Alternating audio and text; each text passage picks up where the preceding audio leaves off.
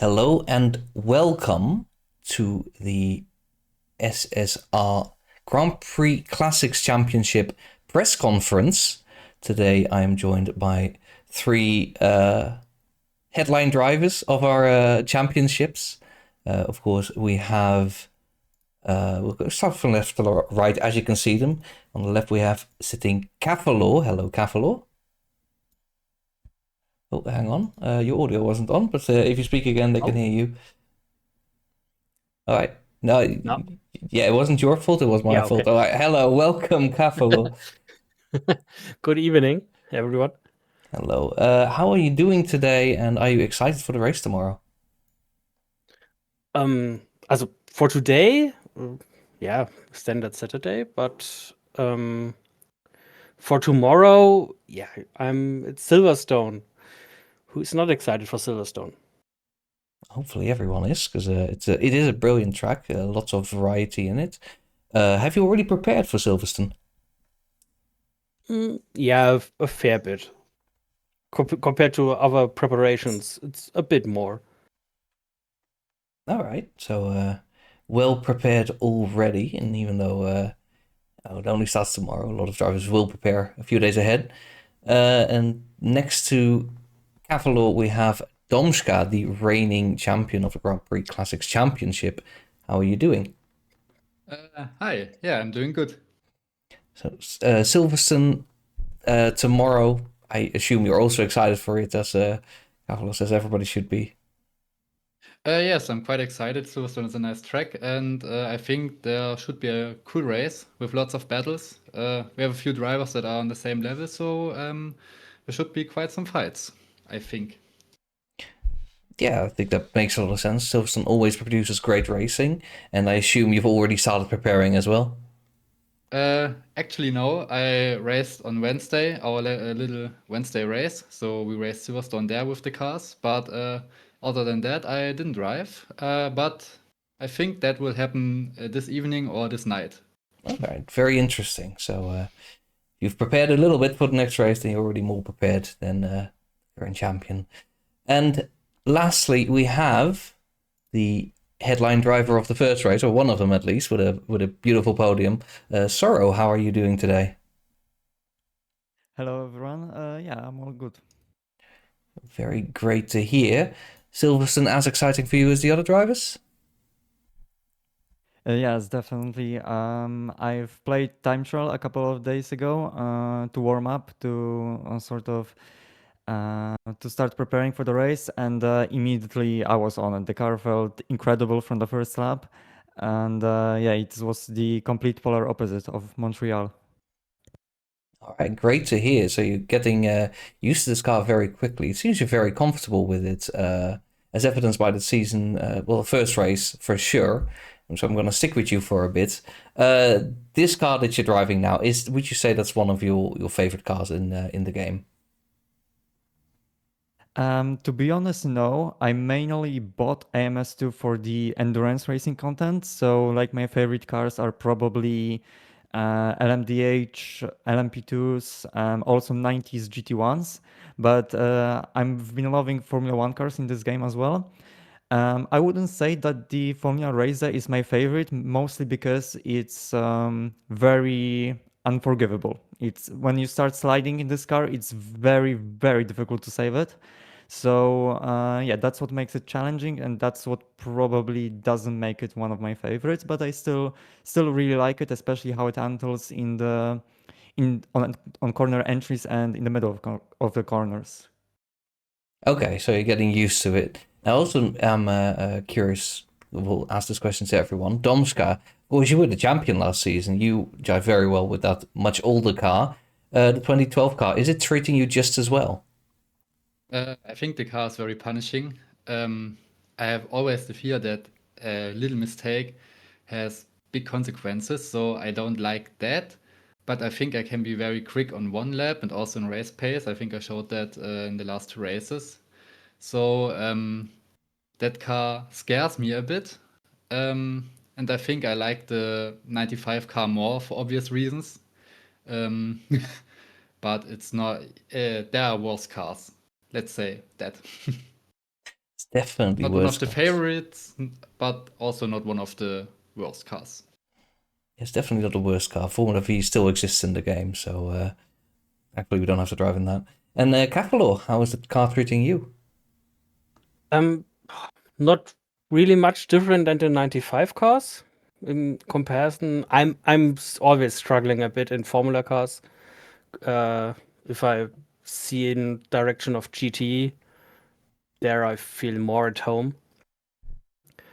Yeah, but I think I start to come around to it. Yeah, you're getting used to the car and getting Yeah. a little bit better as you go. All right. That's all very important. Thank you for the answers there. Looking back at the season so far, these guys said now cars either already used to it or getting used to it.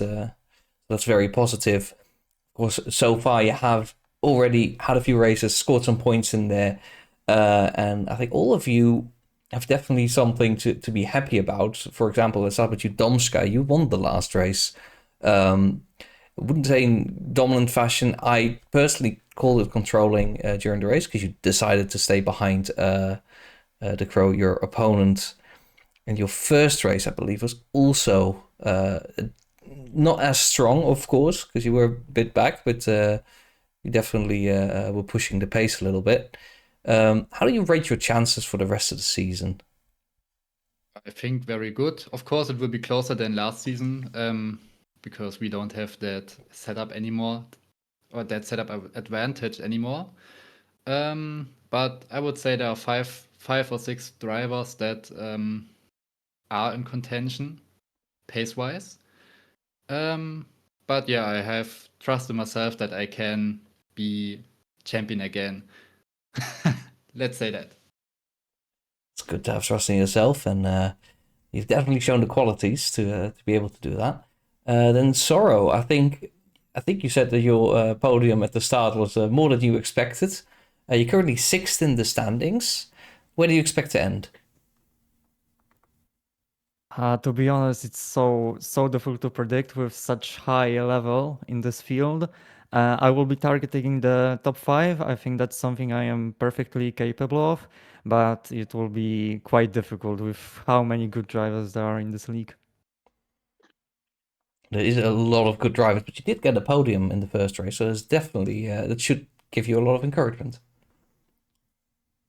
Yeah, it does. It does. I hope that basically I won't exceed my expectations by getting a podium in the first race, and I will be able to keep this level up. But we'll see. I feel like Silverstone will be another good opportunity for me for another podium. Very good. And Cavalo, you're currently 10th in the standings. Not as rosy as the other two drivers, or not one strong result to point out. But yeah, do you think you'll move up from your 10th place, or do you think you're roughly in the right spot there? I hope I can move up more. I need to close the gap to the forward midfield around Marcus and Michael. Currently, or in the last two races, my pace was not there yet, but I will try to work on to get closer, to improve myself, and hopefully, and the target should be around maybe P7, maybe P6. Yeah, let's see. All right, so talking something similar than Sorrow then. Yeah, so far the season has been a bit tough for you, Cavalo. Have you figured out why that is? It's always a bit of a challenge with the cars and so on to know what is currently the problem. Like in real life Ferrari, we are constantly searching and looking. Yeah, I'm not quite sure what's the where the time directly lies. Okay.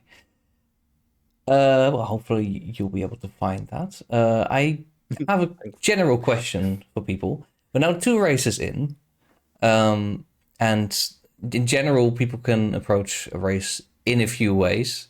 I think it always lies sort of on a spectrum, or do I just look at this race as only this race, and do I try to maximize this race? Or specifically for Domska, I'm going to start with you again. Do I race with the championship in mind? Like, am I trying to, and as high in the championship, do I maybe take less risks? Or do you kind of feel that's the same to you, Domska? I would be lying if the championship wasn't in my mind. It's on my mind even after race one. So the championship is always in my mind, but I wouldn't say that it changes my approach. Maybe I'm a bit more careful. Yeah, I'm a bit more careful, I would say. But other than that, it changes nothing, despite that it makes me a little bit more nervous. But I think that's normal. Very good. And let's go back to you, Capital Law. How about you? You're in a different position of the championship, of course, but you can, of course, you're still trying to move forwards. Do you really keep that in mind when you race, or are you just trying to optimize the race where you're currently at? I'm more looking for from race to race to optimize the points I can get, and I'm not directly looking at the driver championship, but more at the team championship to support my teammate in that regard. I know I'm the slower driver of us two, so I try to help him as much as I can. Yeah, of course, you do have a very, very fast teammate, and we'll get back to that in a bit, potentially. Sorrow, what about you? Do you take it race to race, or do you look at the championship first? I take it race by race, definitely. I mean, I know that I'm not currently at the level to fight for the championship, so I don't focus on that. What I'm focusing on is trying to get top fives, trying to get podiums, and yeah, the extra points in the championship are an extra benefit. All right, it's very interesting, and 3 different answers. I like that. Okay, we're going to zoom in on Silverstone in a bit. First, I do want to ask everybody in chat. We do have a decent amount of viewers. If you have a question for these drivers, absolutely ask them. There will be time for me to ask them before the press conference is over, so your question will likely be featured. Zooming in on Silverstone, it is a very historic track. I believe the very first Formula One race was held in Silverstone, and the track has changed a lot since then.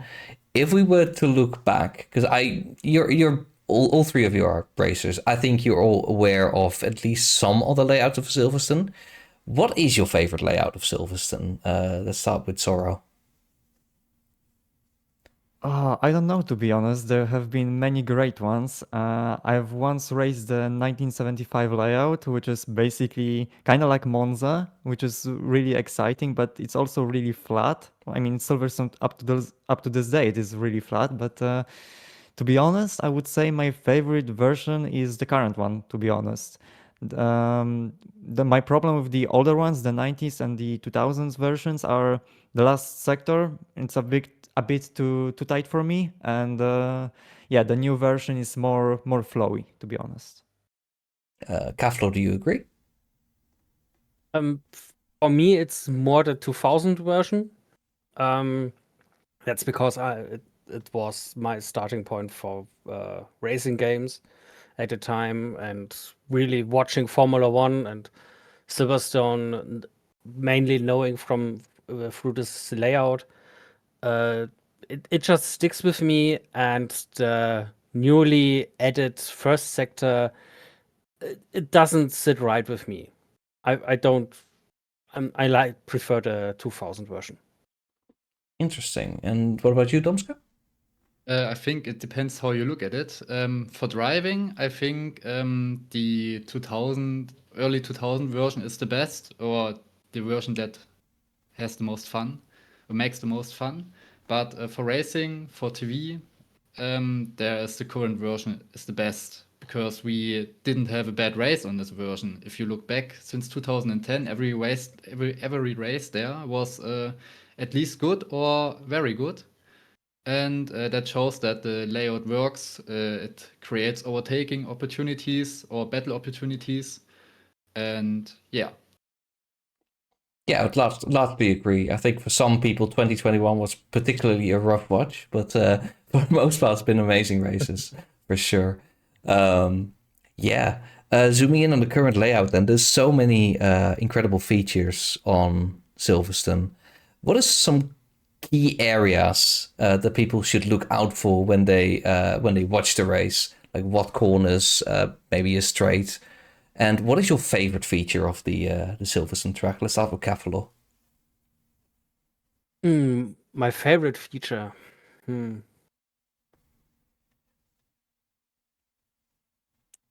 Well, the first corner, it gets exciting in the start. You definitely need to watch out your surroundings at the start, P1. And in the race, it's always a flat out corner, pretty much. So this is one of my favorite parts of Silverstone. A very, very tight, very fast corner, and if you hit it exactly Yeah. right, it does flow super nicely. That is an underrated corner to me as well. Domska, what is your favorite feature? I think you could name the whole circuit, except corner 3 and 4 maybe. But even this corner or these two corners create opportunities for overtakes. But for driving, every corner has cool features. You have the flat out or almost flat out corners like Cops or Maggots Beckett's. Or the first corner, you have Stowe, which is a iconic corner, um, which also creates good opportunities for overtakes. And the last sector in general is also a very good sector for battling. So yeah, I think you could name all corners because all are in their own way special. And Sorrow, what is your opinion? I agree with Domshka. I mean, it's not like one specific corner, one specific point of the track that makes Silverstone special. For me, it's the combination of all those really fun, really flowy corners. And yeah, it's because personally, I love circuits that are really fast and are full of high-speed corners. And Silverstone is exactly that. And even without elevation changes, it makes for a really, really nice racetrack. And yeah, it's both incredible to drive and incredible to race with other people. All right, interesting. Of course, Silverstone is a historic track, and the current layout does indeed have a lot of brilliant features. Even a slow corner like Lovefield, where while you're driving, that's essentially a bit of a break. You do have to be super careful on how you get on the throttle, and there's a lot to gain. So there's a lot of very interesting features in Silverstone. Now, the actual event tomorrow, the Grand Prix, you're going to qualify, you're going to line up, you're going to race. Uh, who do you expect to race with, and who do you expect to win? Two questions. Let's go start with Sorrow. Well, when we did our practice race on Wednesday, I had actually very similar pace with Randers and Dustin, so I feel like the race is going to be very, very close. I expect to battle with those two guys. As to who is gonna win, I honestly have no idea. Usually, I would say Stahu, but after the last two races where he made mistakes in both of them, I'm not so sure about him anymore.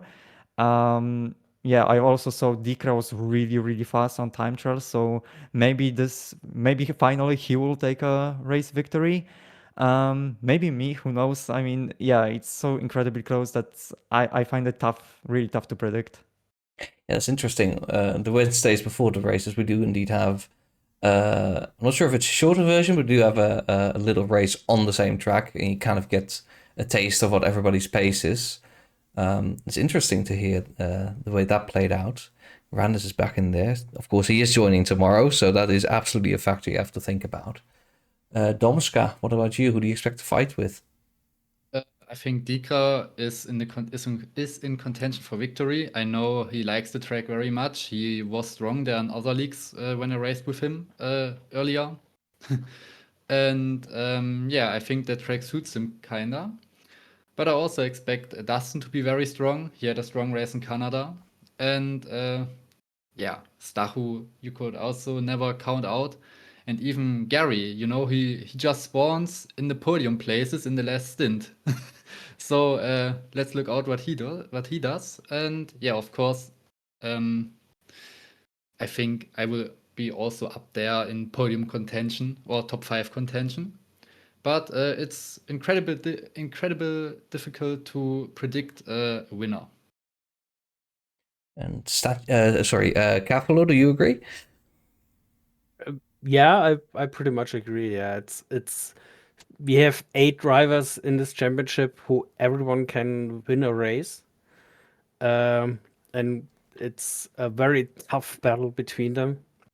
Obviously, I will be cheering on my teammate. Yeah, very well. Statue has been struggling a little bit, of course, as we've seen in previous races. You said earlier you were looking at the championship as well. How do you feel about Statue in the last few races, despite being the favorite, not quite making that favorite role true? Like, how do you feel about that, Cavalo?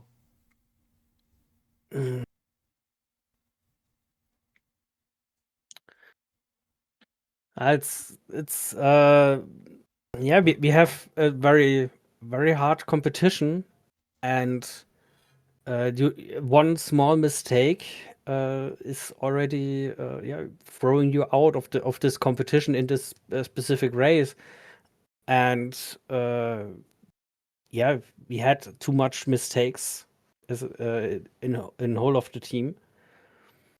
So we need to eliminate these mistakes to step up the results. Yeah, there's a. And Continue. yeah, with him, as I said, we both made mistakes, and I hope we can mitigate them and then move forward. Yeah, shared responsibility is always a good way to look at it. Currently, Statue is in 5th place with 15 points after 2 races. That's pretty good for him. There's also other fights going on, of course, besides the fight for the win that some drivers are participating in. There's also a really good fight for what I would call the best of the rest. Michael has been a regular occupier of that spot last season. This season he's up there again. Currently with 12 points ahead of Cavallor, actually, if we look at best of the rest. Dustin is also there, but that's because his first race he got a single point, but then he got a podium, of course, last race. How would you describe the best of the rest fight? Because I struggle to exactly say what's going on there. Would we consider, for instance, Marcus VR to be in that fight as well? Let's start with you, Domska. How do you think about the midfield fight, or do you not think about it at all? I think even in the midfield we have very strong drivers, but I would say in the midfield it depends on the preparation a little bit, because if you don't prep as much or as good, it can make a big difference in the midfield.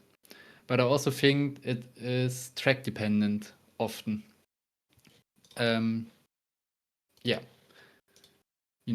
Some drivers have strong tracks or not so strong tracks, and because the midfield is so tight,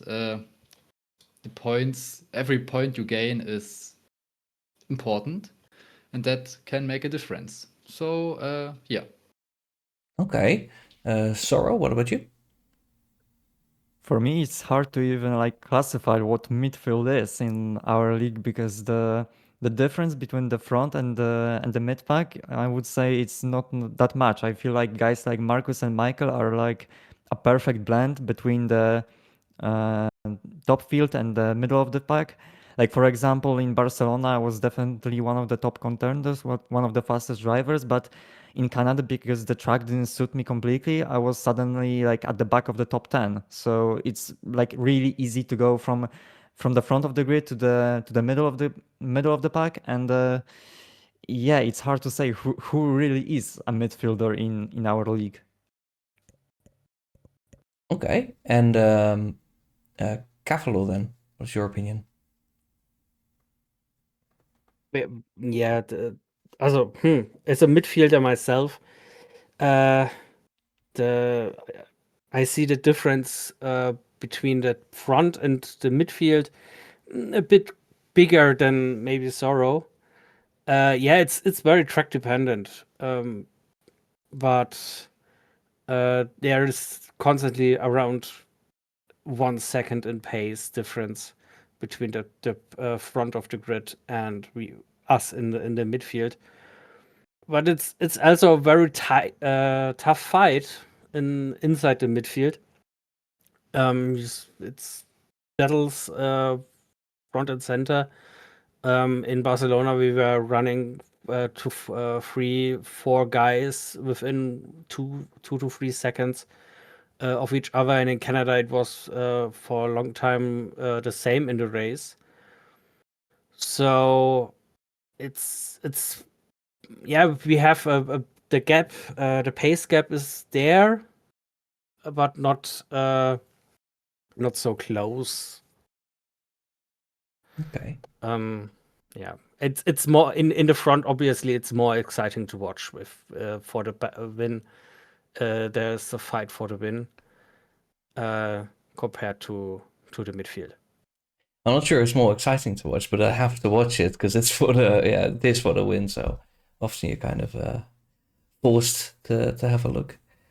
All right, thank you very much. And then, well, I have a little bit more time. I would absolutely encourage, if you have a question for these drivers, if there's something you want to know about the race tomorrow or about anything, like what they drink during a race or do they drink during a race, feel free to ask them anything. I do want to ask, in Canada, I noticed there was one place where people overtook and literally nowhere else. Silverstone is a bit different. There is more space to overtake in multiple places. What is your favorite overtaking spot in Silverstone? Do you specifically remember pulling a good overtake there? Start with you, Cafalo. Well, I don't just need to look a couple of days back where I had a really good fight to the end with Sorrow. And I was trying or putting overtakes on the first straight, so in at the end of the first sector. And he was overtaking me back on the Hanger straight. So in terms of strategy over lap, the Hanger straight is obviously the better overtaking spot. But you need to forehead the fast corners correct to stay inside of the behind your opponent to then make an attack. And I could not so I could not take the opportunity there, but at the end of the first sector there I could attack him.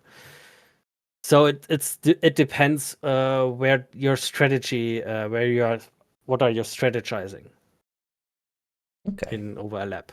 It's complicated, in short. In short, yes. Yeah. Montreal was much more straightforward in this direction. Yes. Domska. I don't think I don't think I have a favorite overtaking place. I think Stowe is the best, or the place where overtake is the most likely to happen.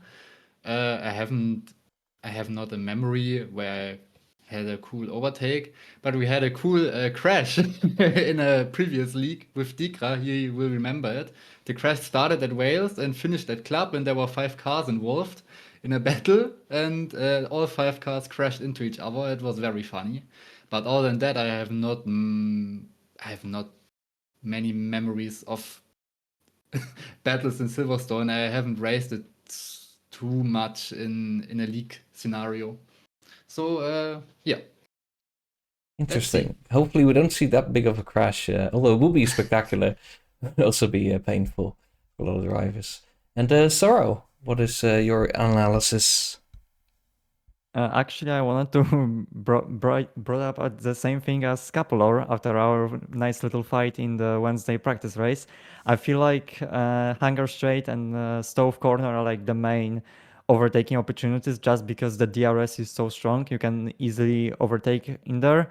And yeah, you can also overtake on the Wellington Straight, but if someone you're overtaking is fast enough to stay behind you through the fast sector too, and he's not really affected by the dirty air, he can definitely have an advantage and then just wait for the DRS in the Hangar Straight. All right, brilliant. Yeah, I think that's pretty much it. We've done half an hour. There's no more questions in chat, so yeah, if you have been watching, thank you so much, and thank you so much to the drivers. Before we go, hang on, I do need to inform our people. That is my mission here. The race tomorrow, as you can see on the calendar on screen, it starts at 7, so exactly the same starting time as, or the stream starts at 7, same starting time as this press conference today, where we'll be going around the British Grand Prix, third race in the season out of a total 8. That is the most important thing. Do make sure to join here, same place, same time. Yeah, and thanks to all the drivers for showing up today. Thank you so much for watching.